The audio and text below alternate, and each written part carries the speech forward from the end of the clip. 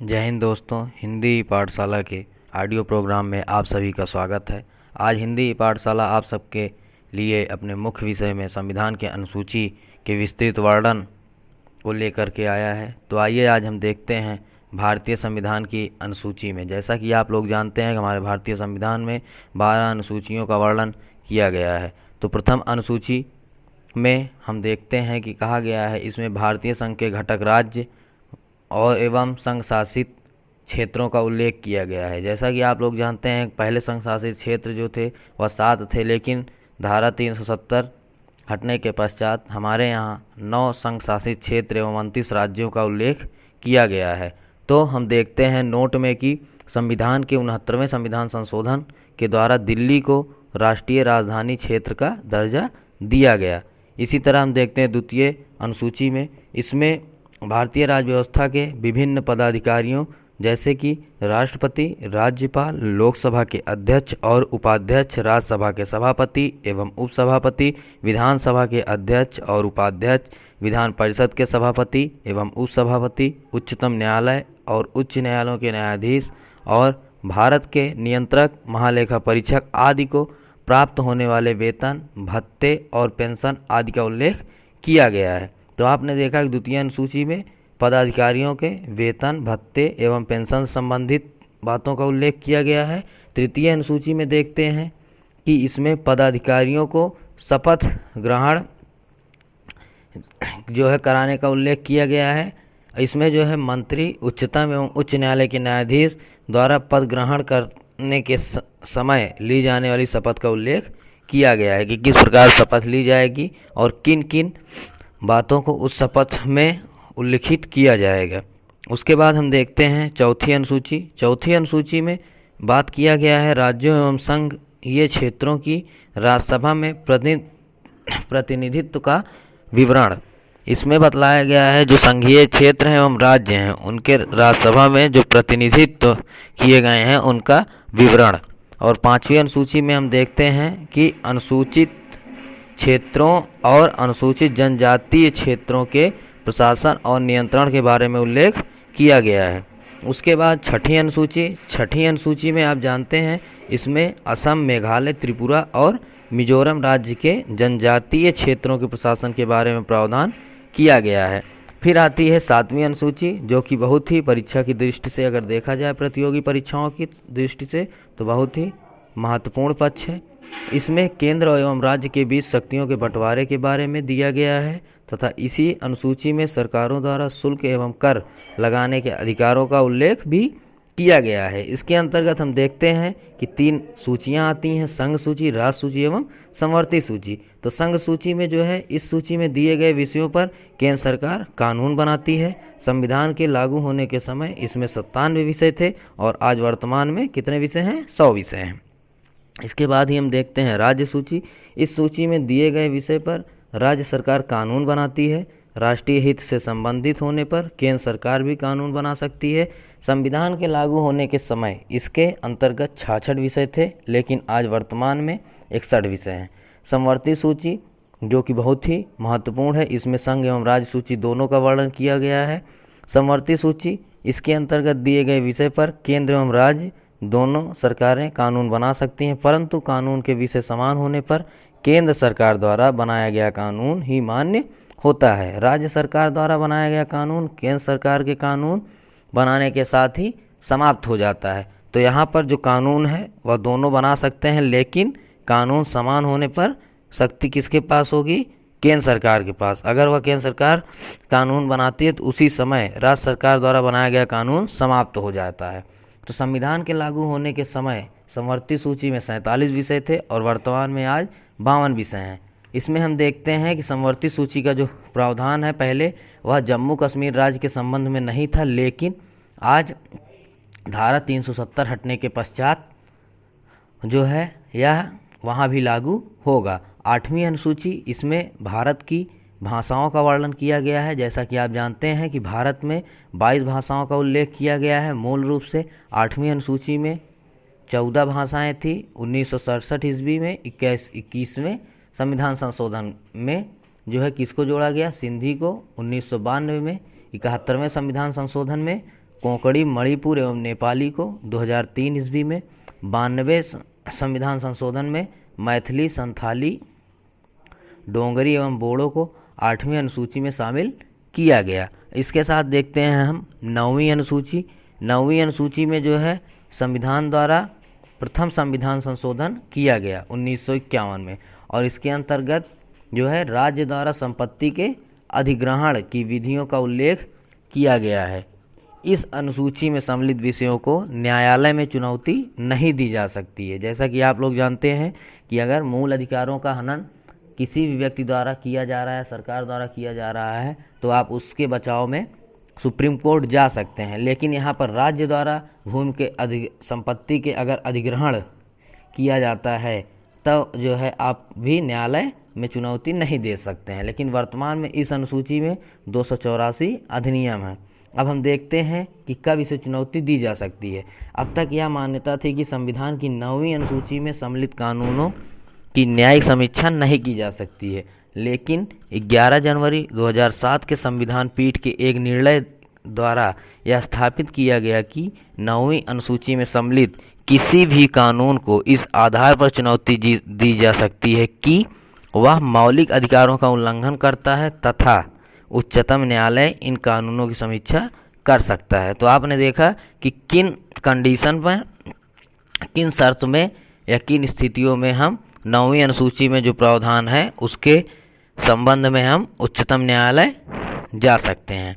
तो आइए देखते हैं 10वीं अनुसूची। जैसा कि आप जानते हैं 10वीं अनुसूची जो है वह संविधान के 52वें संविधान संशोधन 1985 ईस्वी के द्वारा जोड़ा गया है। इसे हम दल बदल से संबंधित प्रावधानों का उल्लेख इसमें किया गया है।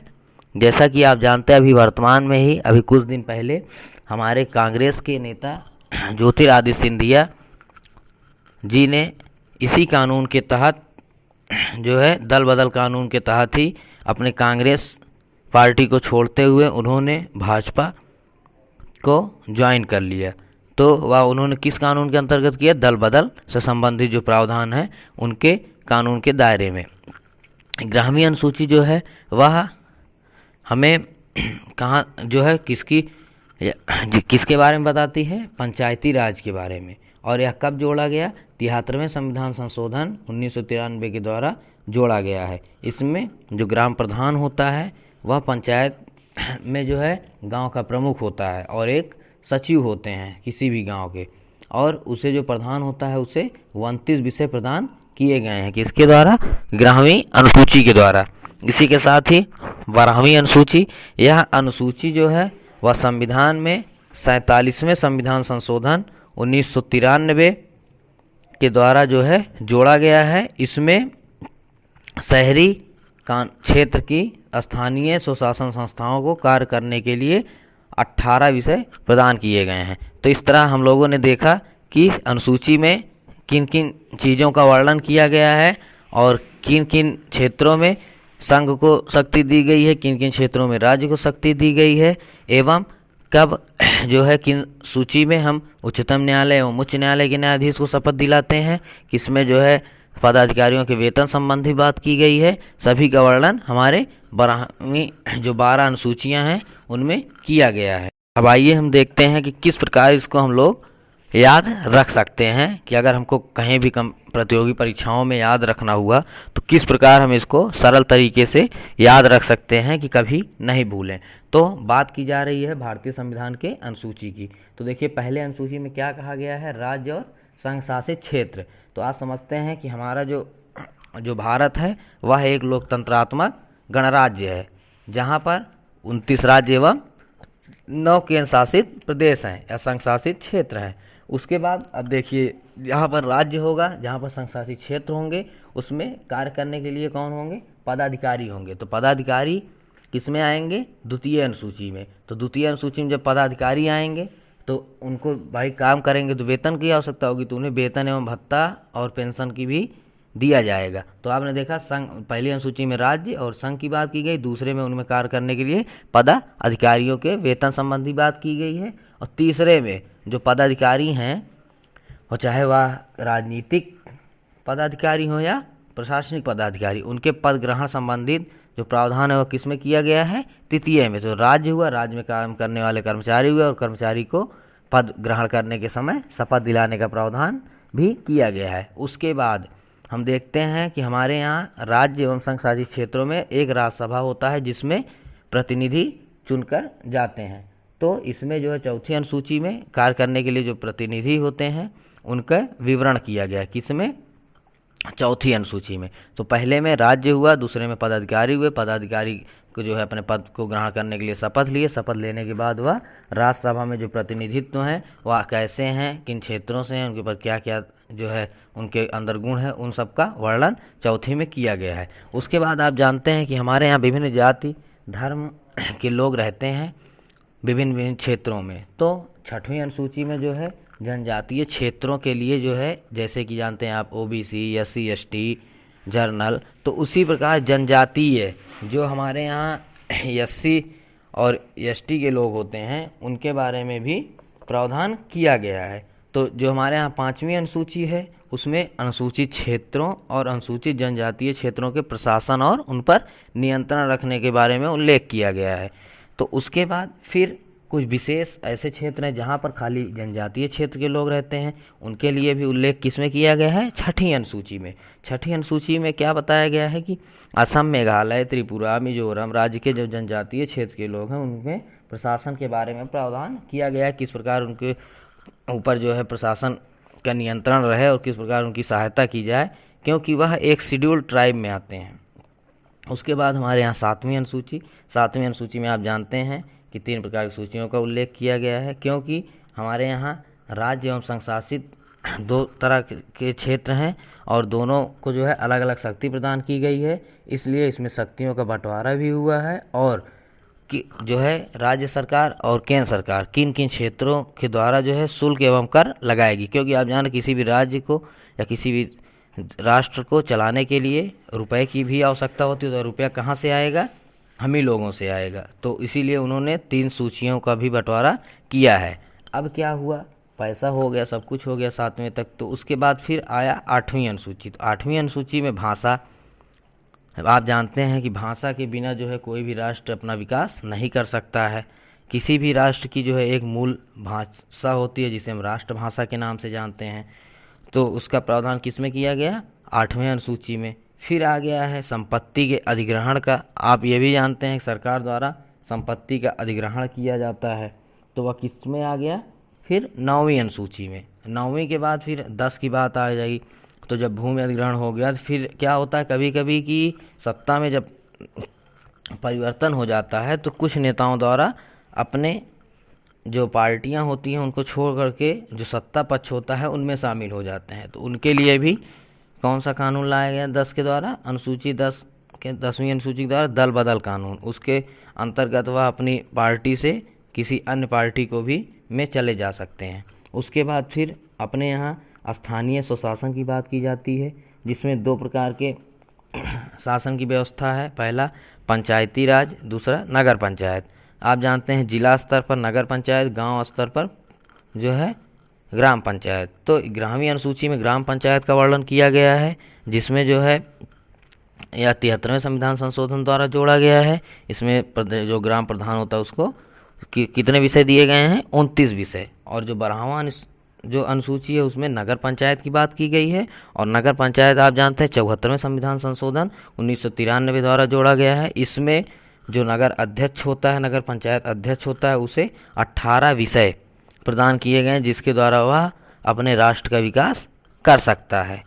और इसके बाद आप लोगों देखें कि किस प्रकार हम किसी भी 12वीं अनुसूची को कैसे याद कर सकते हैं। आप देख सकते हैं पहला राज्य हुआ, संघ शासित क्षेत्र हुए, उसमें काम करने के पदाधिकारी हुए, फिर उनको वेतन भत्ते की बात की गई, फिर पद ग्रहण की बात की गई। चौथे में जो है संघ शासित क्षेत्रों के जो राज्यसभा प्रतिनिधित्व होंगे जो राष्ट्र को चलाएंगे उनके बारे में बात किया गया। उसके बाद जनजातीय क्षेत्रों के प्रशासन और उस पर नियंत्रण रखने के बारे में उल्लेख किया गया। फिर कुछ विशेष क्षेत्र जैसे होते हैं अपने यहाँ त्रिपुरा, मिजोरम, असम, इन क्षेत्रों में जो जनजातीय क्षेत्र हैं उनके प्रशासन पर की बात की गई है। उसके बाद फिर जो है शक्ति का बंटवारा, जिसमें संघ सूची, राज्य सूची एवं समवर्ती सूची की बात की गई है 7वीं अनुसूची में। फिर 8वीं पे आ जाता है भाषा आपकी। उसके बाद 9वीं में आ जाती है संपत्ति अधिकरण, जिसके लिए आप जो है सुप्रीम कोर्ट भी जा सकते हैं अगर वह जो है आपके अधिकारों का उल्लंघन हो रहा है। उसके बाद 10वें में जो है दल बदल कानून का प्रावधान किया गया, पंचायती राज को 11वें में और नगर पंचायत को 12वें में। अब हमें आशा है कि आप